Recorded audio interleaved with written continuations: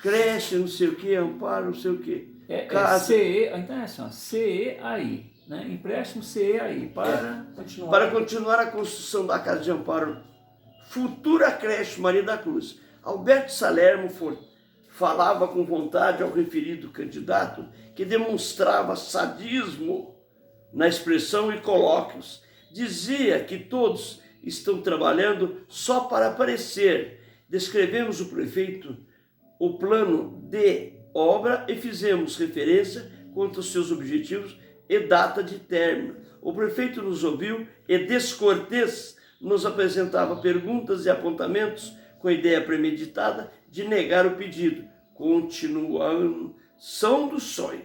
Sonhei que tinha lugar para atravessar e quando dei por mim já havia atravessado.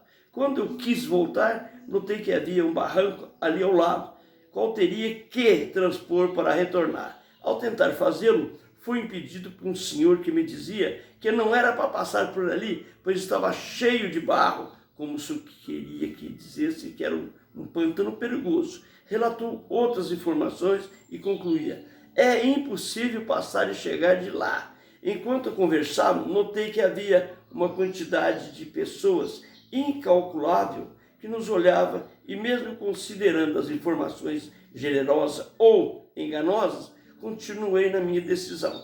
Penetrei pela lama e ao chegar ao outro lado, que surpresa, ao invés de terra firme, eu estava atolado até o pescoço de bosta. Que é isso? Retornei através do ponto à terra firme de onde saíra. Todos os circunstantes me observavam as reações. Fui lavar e procurando desfazer-me das mãos cheirosas e asquerentas sujeiras que lameava meu corpo todo. Encontrei um grande reservatório de líquido, retirei do tanque o material necessário para me lavar. Mas que engano! Ao invés de limpar-me, eram fluídas as fezes que escorriam sobre o meu corpo. Pacientemente procurei separar a parte limpa de água dos elementos sólidos e com esta novamente iniciei a difícil tarefa de me limpar. Eu molhava o rosto e demais partes do meu corpo, mas eram só fezes que iniciavam no banho. Tudo parecia normal e eu me dava pela coisa. E eu, reconhecido do engano, via aquilo apenas como um acidente simples.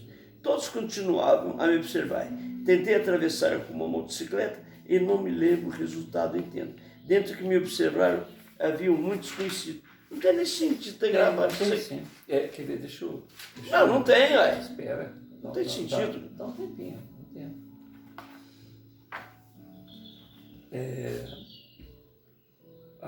Essa entidade que você está falando, Creche Maria da Cruz, ela saiu de um sonho da Dona Maura.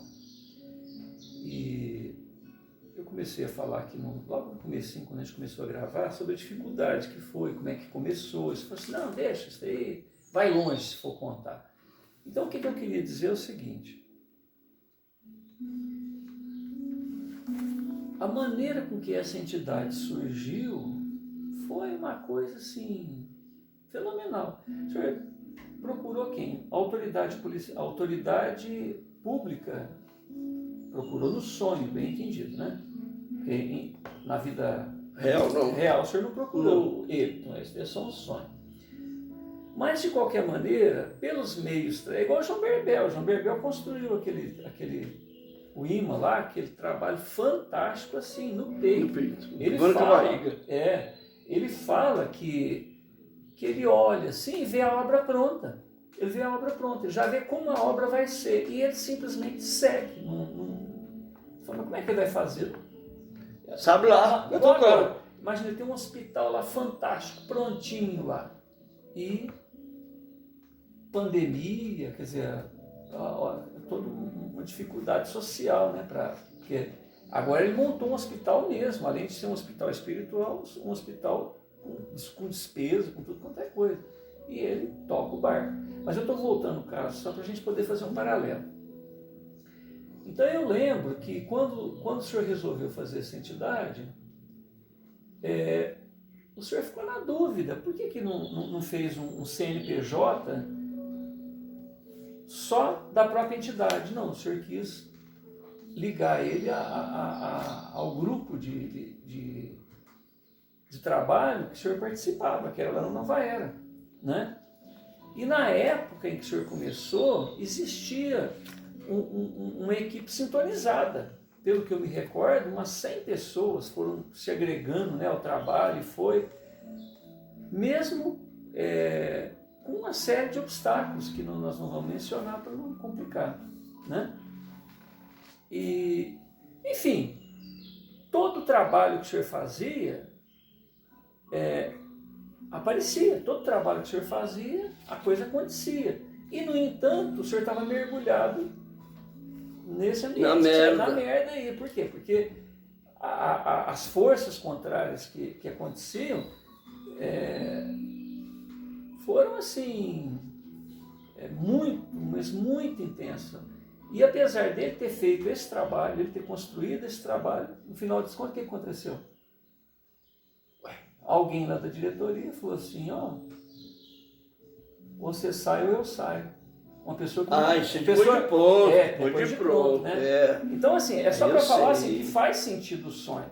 Porque o senhor construiu uma obra que saiu do sonho da minha mãe, e depois de todo o trabalho pronto, o senhor ainda foi... Depois da pronta, ela falou, eu pego. Tomou do senhor e deu para outra pessoa ainda.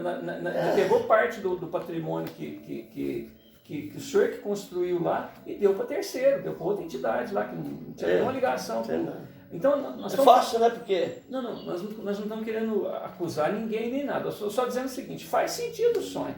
Porque o senhor fez, trabalhou, realizou, né? O senhor lembra, só para retornar, ontem que eu falo, a gente gravou um bloco 39, se alguém for assistir.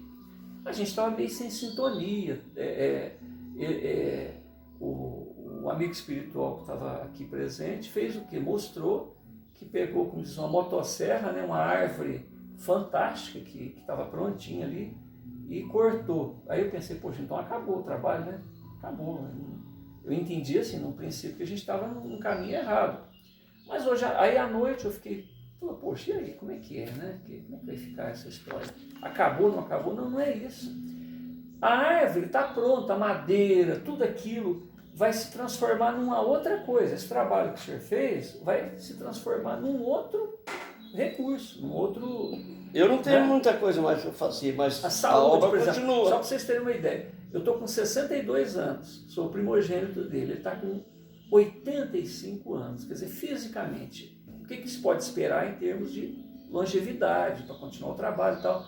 Agora hoje, eu vim aqui meio chateado, né, até pensando como que seria, de repente aparece esse amigo espiritual e fala, o guarda-chuva tá aberto aqui, né? Tem uma estradinha aqui, ó, né? Tem caminho, vamos embora. Então vamos. Mas eu tive que fazer esse desabafo em relação à entidade que ele e minha mãe construíram, porque foi exatamente isso. Ele mergulhou na merda para poder construir aquilo lá. Fez. Só para vocês terem uma ideia, ele ia ganhar uma área muito grande, são vários terrenos. Alguém dentro da entidade, segundo um funcionário da prefeitura, que trabalhava junto com o prefeito, ele foi lá pedir para que, além da área que ele tinha, uma outra área que estava reservada, estava tudo arrumado, para que eu não estou entregando nome nem nada, não estou pecando contra ninguém. Mas eu acho que ele era o presidente do centro, né, na época, né, o rapaz que foi lá pedir para ele. Eu acho que ele era o presidente do centro, para vocês terem uma ideia, na época. O rapaz, segundo funcionário do prefeito, na época, ajoelhou no chão, pessoa que não deu um nada para que a entidade existisse e continuasse. Ele fez um prédio de quantos andares? 3 andares, né? De 3 andares. De 3 andares. E no fim tomaram. Esse prédio foi dado para outra entidade. Foi ele que fez o prédio e esse prédio foi doado. Deram um valor simbólico lá financeiro, como se a pessoa tivesse comprado o prédio, mas como que uma entidade compra o prédio de outra entidade? Eu estou fazendo esse desabafo para registro histórico, inclusive. Não estou dando nome de ninguém, então tá aí só para contar que realmente faz sentido, quer dizer, andou na merda mesmo, foi a coisa, né? E separado disso,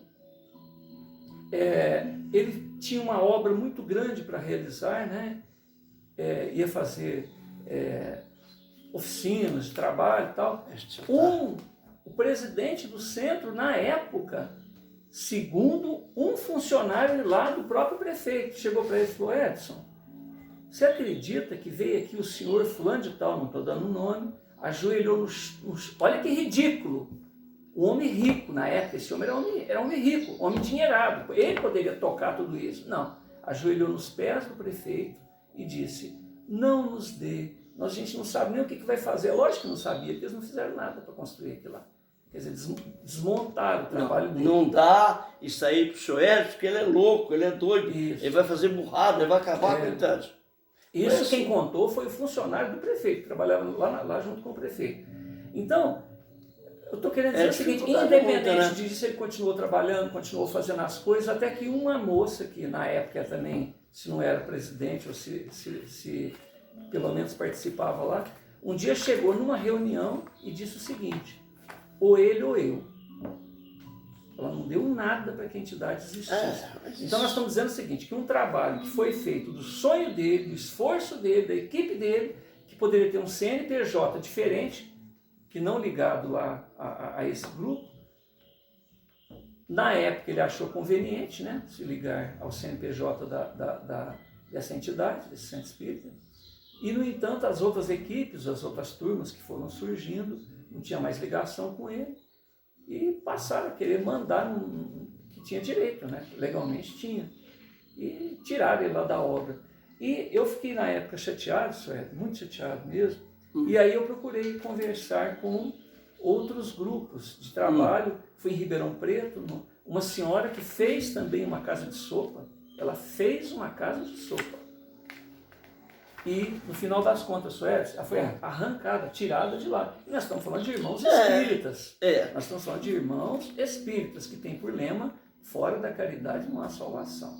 Então, como isso daqui é um registro histórico, particular nosso, assiste quem tiver interessado, mas eu quero imortalizar isso, né? Que ele foi retirado de um trabalho, pelo menos mais de 50 anos que ele estava fazendo.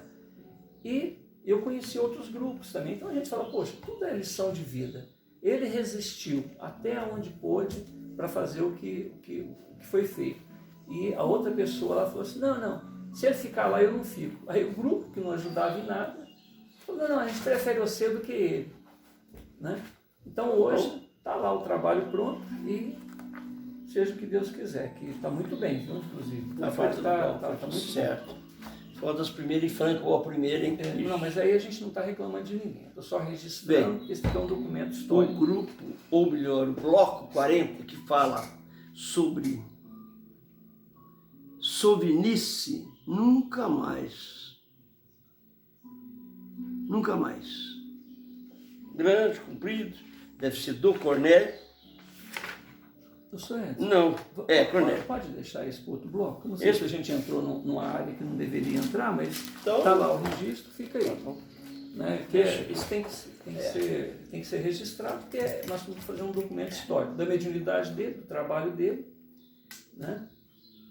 Beleza. E vamos fazer uma prece para encerrar esse bloco. E eu gostaria hoje de pedir para um conhecido, né, uma pessoa que eu aprendi a respeitar, que sobreviveu várias vezes aos desafios, né, da morte, né, vamos falar assim, e ele hoje está precisando de ajuda outra vez. Eu acredito que é mais uma que ele vai passar. Bem, finalizando, agradecendo a Deus, a Jesus, nossos amigos espirituais, pela oportunidade do aprendizado, que é sempre, que nunca para. Queremos não encerrar totalmente, mas parar um pouco, né? Que aí depois do descanso do corpo e mais alguma coisa, que o trabalho sempre continua. Será por quê? Não sei, depois eu vejo. Bem, em nome de Jesus, em nome da Mãe Santíssima, em nome dos nossos amigos, que não vamos citar, porque são dezenas, centenas, milhares, o nosso Deus lhe pague por tudo que tem feito, por tudo que tem nos ajudado, por tudo que nos tem orientado, porque o trabalho sempre existe alguns obstáculos, e às vezes nós não sabemos retirá-los, mas na prece que nos ensinaste, diz-nos: Pai nosso que estás nos céus, santificado seja o teu santo e bendito nome, em louvor de todas as criaturas, venha a nós o teu reino de paz, amor e reconforto, seja feita a tua santa e divina vontade, na terra como no céu. O pão nosso de cada dia dá-nos hoje, Senhor. Perdoai as nossas dívidas no momento que houvermos perdoado aos nossos ofensores. Não nos deixe cair nas tentações. Livra-nos, Senhor, de todo mal, porque teu é o reino, é o poder, a glória e a sabedoria para sempre. Muito obrigado. Paz de Jesus. Nós queremos lembrar agora, não sei se encarnado, desencarnado, os espíritos Tunico, um amigo nosso, que nós tínhamos 8 anos, já tínhamos amizade. 8, 7 anos nós já andávamos. 10, 12 fomos para São Paulo. 20 fomos trabalhar, ele trabalhava no Banco do Brasil, eu trabalhava na... Vamos deixar para lá, na feitura. E nunca mais ouvimos.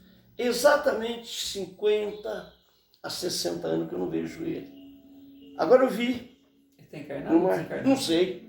Eu não faço nem ideia se ele desencarnou a Milano ou nada. Pedi ao tio dele: olha, eu quero ver o Tuniquinho lá, amigo meu, eu quero abraçar ele. Era assim, era meio esquisitinho, mas uma vida desde nenê, dá pra quase, né? Agora eu estava olhando, agora não estava pensando, mas vi. Eu vi agora, fui na beirada da ponta do mar. Chegando no mar, tinha aquelas... parece que ele mexia com navios transatlânticos. Parece que tinha sido bem de saúde. Não, parece muita coisa. Não sei porque era marinheiro. Ele era marinheiro, é isso? Não, ele era... Construtor? Não, ele era formado igual a eu, na escola. Aí ele arrumou um serviço, depois foi para São Paulo, não sei o que ele fez. Trabalhava no banco, ou trabalhava não sei aonde, na joalheria da Esmeralda. Depois ele foi embora para São Paulo, foi para onde? E foi ser negociante de moeda, negociante de coisas assim, de internacional, negócios internacional. E ele tomava conta do transatlântico. O que eu quero falar é que eu vi ele agora eu vi outra coisa também. E mais outras 2, 3, 4, 5, deixa eu falar, não esqueci. Então eu vi, ele estava na beirada do rio, por incrível que pareça, do rio não, do mar. Se ele caiu no mar, eu não sei. Se o que aconteceu, eu não sei. Mas eu vi quando um grande peixe veio e abarcou ele. Pegou ele assim. Não sei se ele morreu ou não, mas tudo indica que ele deve ter sofrido. Eu nem pensava, não estou pensando nisso na vida. Quer dizer, veio assim porque eu estava aqui. Agora eu estava aqui outra vez, às vezes esqueci. Não sei o que é. Ele falou, deixa para lá. Em Jesus, nós agradecemos muita coisa. O senhor tinha feito um comentário sobre impedimento e tal. Tem alguma coisa nesse sentido? Entendi. Impedimento, algum impedimento? O senhor falou, não que o senhor estava falando, não que o senhor estava... Da creche? Não, esquece a creche. Nós estamos falando sobre se tem algum impedimento em relação ao que a gente está fazendo. Não tem. Ele mostrou, mas eu esqueci o que é. Porque assim, eles vão fazer assim, pá. Sabe as fotos de milhões? Algum impedimento e tal. Então, mas eu estava olhando por cima, não sei o que é. Eu falei, mas não sei o que é. Tá. Se eu falar, eu erro. Entendeu? Tá. Então, vai para lá, para cá, tudo bem, estrela, certinho. Tá tudo certo. O que a gente está fazendo tá tudo certo. Tá tudo certo, né? Visitas de lá, visita para cá. Eles vêm, um passa, olha, tá vendo? Eles veem isso aqui diferente, né? Então, eu tinha visto Jesus, parece, passou, porque agora eu estou vendo a capa dele, lá adiante. Então, de qualquer coisa assim, bom. Quer dizer, tá protegido, claro, vamos dizer claro, assim, né? Não tá largado e fazendo coisa de maneira irresponsável, que prejudique alguém e tal. Porque esse comentário que eu fiz, é porque nós estamos fazendo um documentário. Né? Documentário do trabalho mediúnico dele, documentário do trabalho assistencial dele, que a gente comentou agora. E como ele... Quando que foi aquela mensagem do sonho lá, quer dizer... Pega lá um pouquinho, só para a gente poder ter uma ideia. Ó. Deve ser uma folha antes, ó, aqui, ó, volta aqui uma folha. Que fica estranho, né, o cara falar. Eu lembro desse sonho que o senhor comentou. Eu falei, mas eu tive um sonho. Ó, então vamos lá. Veja bem, ó, só para a gente poder ter uma ideia. A mediunidade dele começa em 1971. Em 1975, em 3 de outubro, a data do Kardec, do nascimento de Kardec, para você ter uma ideia. Ó, Né? 3 de Em outubro. 3 de outubro de 75, o senhor tem um sonho. O senhor está mergulhado em... Mas não tinha feito a creche ainda, né? Isso. Se eu tivesse feito a creche, não ia ter isso, né? Só para vocês terem uma ideia, que é interessante os comentários. O Allan Kardec comenta que os maiores desafios dele, imagina numa época onde embora a Inquisição tenha acabado em 1922, como é que é? Eu olhei agora esses dias, em 1858, em 1857, Kardec lança o Livro dos Espíritos, com 500 e poucas perguntas. No ano seguinte, 1858, ele lança o quê? A Revista Espírita e reedita o Livro dos Espíritos, ao invés de 500 e poucas perguntas, com 1019 perguntas. Me parece que o ato de fé em Barcelona foi também, não foi? Em 58 ou não? Vamos ver aqui, ó. Vamos ver se eu... Ó, só para a gente poder falar coisa com coisa. O problema é fazer o telefone funcionar. Ato de fé de Barcelona. Ixi. Vamos lá de novo. Ato de fé de Barcelona. Em 61, certo? Em 9 de outubro de 1861, o Kardec, então, produz a primeira obra dele em 57, 58 ele reedita. Em 61, os livros dele, 300 livros dele, foram queimados em praça pública por um bispo da Igreja Católica Espanhola na época, né? Um bispo católico romano, mas, quer dizer, ele reeditou a Inquisição, né? Ele falou, acho que eu vou processar, né, o bispo espanhol lá, ele era francês, o Kardec, para quem não sabe. Aí a espiritualidade falou assim para ele, não, tá tudo certo, deixa quieto que isso aí vai ser bom. E foi realmente, porque as pessoas iam lá nas cinzas recolher pedaços de papel para ver do que se tratava, porque o bispo queimou 300 livros que chegaram para serem distribuídos nas livrarias espanholas. Quer dizer, ele fez foi uma propaganda, né? Mas o Kardec comenta que os maiores desafios, as maiores dores pelas quais ele passou, ocorreram dentro do próprio grupo que ele frequentava, o grupo de amigos espíritas dele. Foram as maiores dores que Kardec passou. Então, nem as obras dele serem queimadas lá, só que Kardec era generoso, era uma pessoa fantástica. A gente faz esses desabafos aqui para registro histórico, porque Kardec fez esse desabafo também, né? E fez muita caridade. O Divaldo Pereira Franco conta que às vésperas dele inaugurar um lar para idosos espíritas, porque na época as famílias que eram tradicionais, né, na Igreja Católica, no catolicismo, na Igreja Evangélica e tal, expulsavam os pais de casa porque se tornaram espíritas. Então imagina a dificuldade da época de Kardec, né? E nas vésperas dele inaugurar, tinha até o tapete vermelho enrolado lá no escritório dele, Kardec desencarna vítima de um aneurisma. E aí vai uma outra reclamação que a gente faz em relação aos espíritas, né? Existe na codificação espírita informação de que Kardec tinha um médico que cuidava dele. E esse médico falou assim, olha, você está com a saúde comprometida, e por estar com a saúde comprometida, você tem que diminuir o ritmo e tal. Então, e a espiritualidade alertou ele, inclusive, que o tempo dele estava chegando, né? Sabe o que Kardec fez? Ele se dedicou mais ainda ao trabalho. Kardec, em momento algum, desanimava. para vocês terem uma ideia, para quem quiser conhecer a literatura, a biografia do Rivail, que Kardec chama-se Hippolyte Léon Delisard de Rivail, ele perdeu o patrimônio praticamente, assim, que ele veio, o Rivail era de uma família muito rica, era filha de um juiz. E a esposa dele, a Amélie Gabrielle Boudet, né, ela era filha de uma pessoa que tinha uma área muito extensa, as águas minerais que saíam ali para a região, tudo vinha do pai dela. Então, eram duas famílias ricas. E o Rivail e a esposa dele tiveram 2 contratempos financeiros antes dele conhecer essa parte que a gente fala que ele é o Allan Kardec, porque antes ele se chamava Rivail, né? Num primeiro momento, como ele foi educado por Pestalozzi, né, em Yverdun, ele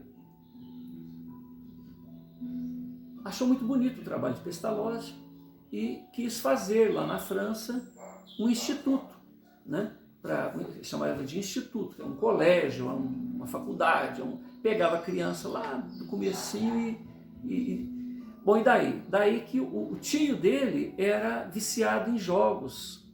Então, existia 2 cassinos, Aix-la Chapelle e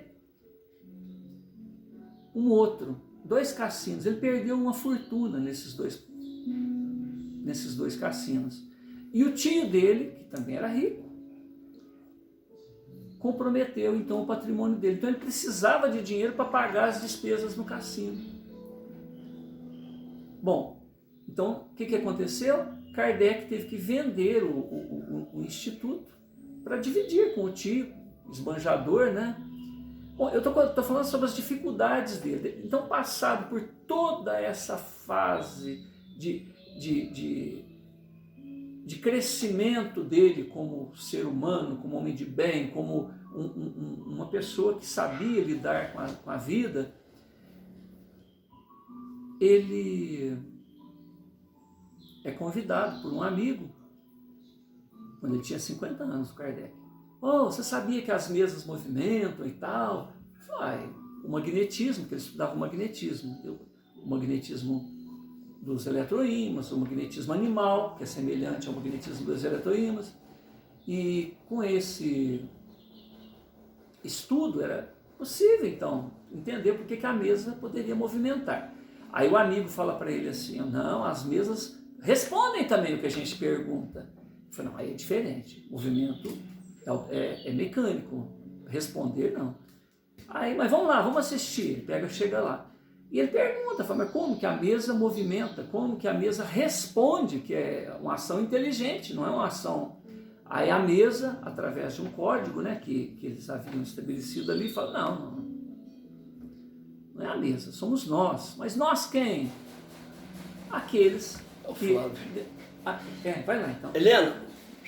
Helena, tem gente. Aqueles que deixaram o corpo físico, pergunta quem que é, senão... Acende a luz e pergunta.